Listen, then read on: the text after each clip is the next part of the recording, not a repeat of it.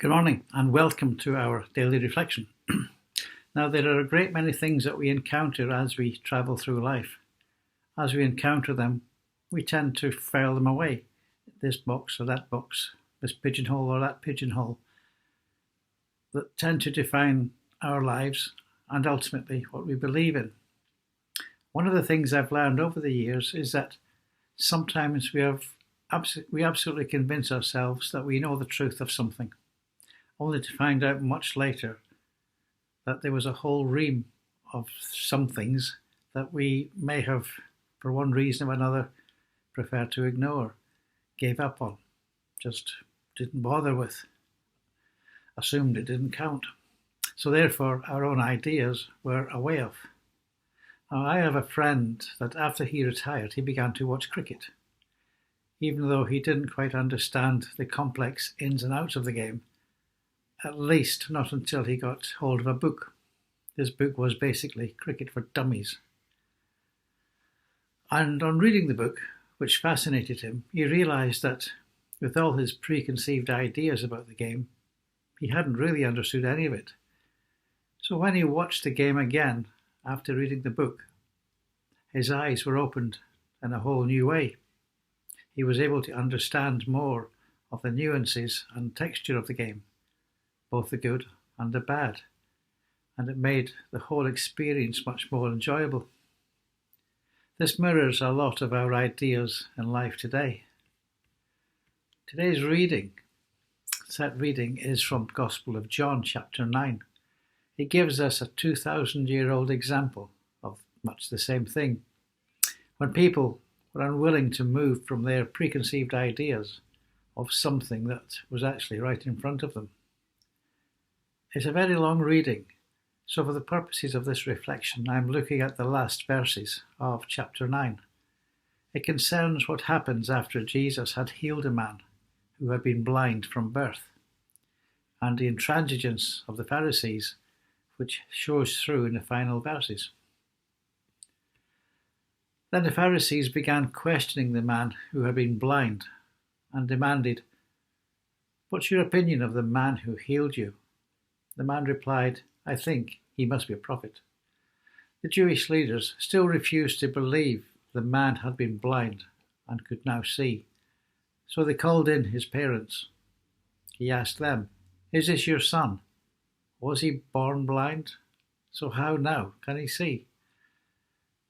His parents replied, "We know this is our son and that he was born blind. But we don't know how he can see now. We don't know who healed him. Ask him. He's old enough to speak for himself." His parents said this because they were afraid of the Jewish leaders, who had announced that anyone saying Jesus was the Messiah would be expelled from the synagogue. That's why they said, "He is old enough. Ask him." So for the second time, they called in the man who had been blind and told him, "God should get the glory for this, because we know this man Jesus is a sinner." "I don't know that he was a sinner," the man replied, "but I know this. I was blind and now I can see." "But what did he do?" they asked. "How did he heal you?" "Look," the man exclaimed, "I told you once, didn't you listen?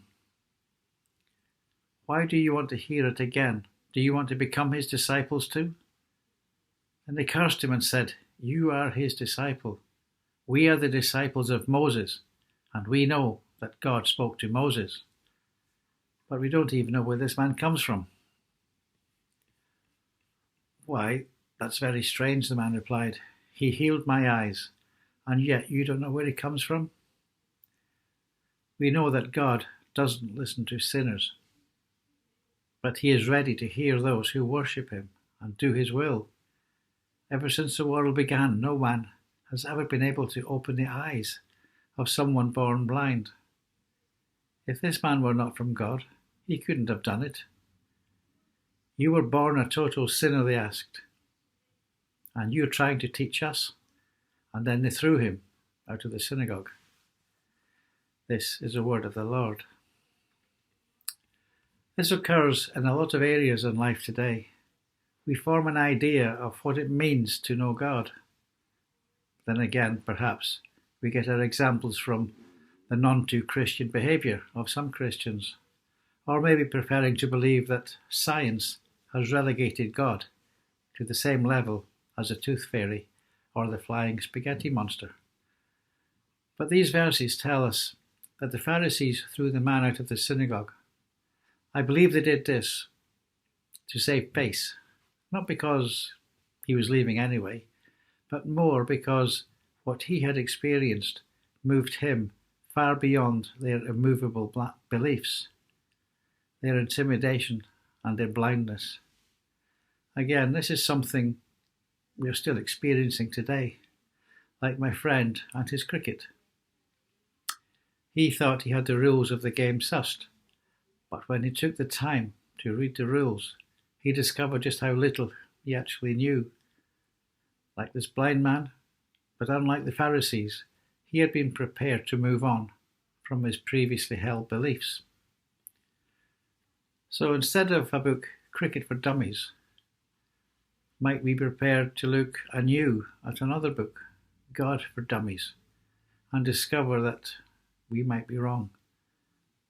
There might just be something different in front of us. So to finish with a prayer, we know that the New Testament letter to the Hebrews tells us faith is the assurance of things hoped for and the conviction of things not seen. Christians live by faith, not by sight, something that can be difficult at times.